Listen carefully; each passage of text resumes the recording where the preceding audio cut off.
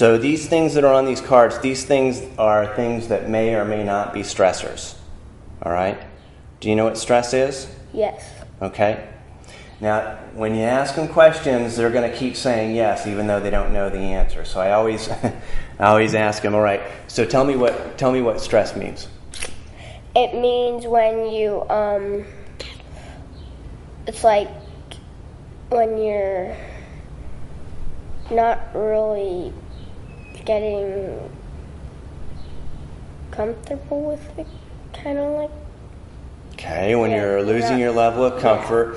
Yeah, just to make sure that you understand what stress means, I'm going to just read you a couple pages out of this book, okay?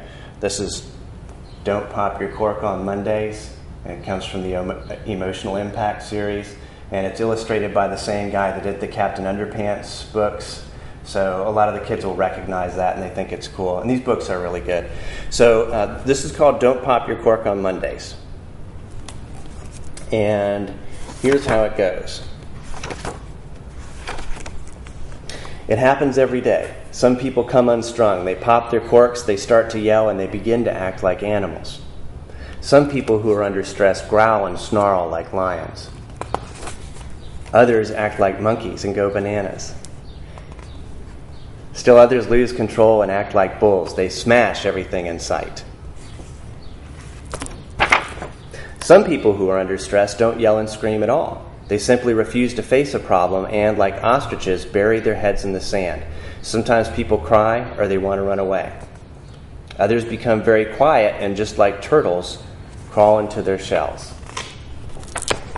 At one time or another, stress affects everyone. It affects grocers and bakers and football players, cab drivers and teachers and street workers too. Mothers are affected by stress, and so are fathers. Can you look at this picture here and tell me what that mom is stressed about? The baby is crying and she can't get it to stop crying. The baby is crying, and what else? The cat's trying to get the fish in the fish bowl. The stove is on fire. Yes, dinner's burning. And the phone is ringing. And the phone is ringing. So all those things are happening at the same time, and mom is going, ah, right? And then they have a dad down there. What does dad have to be stressed out about? I love this one.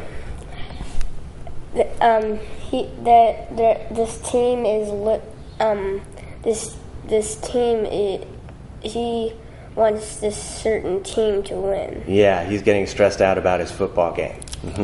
While mom is in there with the baby and the dinner and the cat and the phone ringing, right? Okay, so that's a little bit about stress. And then one other thing that I want you to understand about stress, Miles, is it can cause some changes in your brain and your body, okay? So stress affects everybody, and it has since time began. A long time ago, when your caveman relatives were out in the woods hunting for food, they might come across a hungry bear or tiger. This caused tremendous stress, and suddenly hundreds of changes began occurring inside their bodies. Adrenaline got released, so they were ready to run or fight. And this is really important for you to understand, because this is what happens once we get up to a 5 on this scale, okay? So let me just show you what happens in your brain when you start getting to the fight or flight response. So here's a side view of your brain here. Okay? It's shaped kind of like this. And inside your brain, you've got something that's shaped kind of like that. Okay, this part right here, that's called your brain stem. It's about this size and about this shape, like this right here. And sometimes we call that your reptilian brain or your lizard brain. You know why? Why? Because it is structurally identical to what a lizard has in his head. So this part of your brain and what a lizard has is the same. So what makes you different from a lizard is you have all this extra gray wrinkly stuff going around here, which is about 4 billion neurons with about 1 trillion connections. Okay? That's a lot. And that's great. That's what makes you so smart. That's what makes you smarter than a lizard. That's what makes you able to use words and see things in pictures and plan for the future. The only problem with that is it takes that part of your brain, because there's 4 billion neurons with 1 trillion connections, it takes it kind of a half second to think. And sometimes you don't have a half a second to think, all right? Just like your caveman ancestors, if they came across a saber-toothed tiger, would that be a good time to review your options and think about, let's see, there's a saber-toothed tiger, he's about to get me. Should I freeze and hope he doesn't see me, or should I pick up my spear and try to get him before he gets me, or should I run away and hope he can't?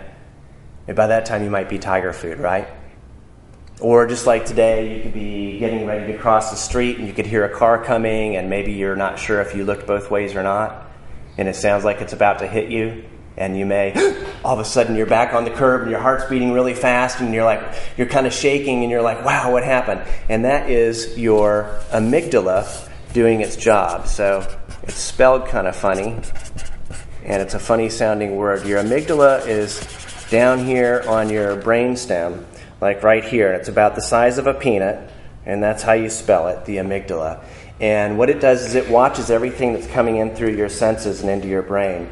And if anything might be a life or death threat, like a car coming or a saber-toothed tiger, what it does is it turns off all of your thinking brain, all right? And it fires up your lizard brain, and it releases adrenaline and gets you pumped up and ready to run or to fight, okay? So basically it makes you fast and stupid.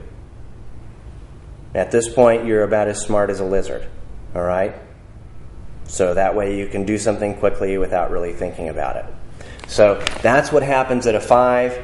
That's when the bad stuff happens. We don't want to get there, right?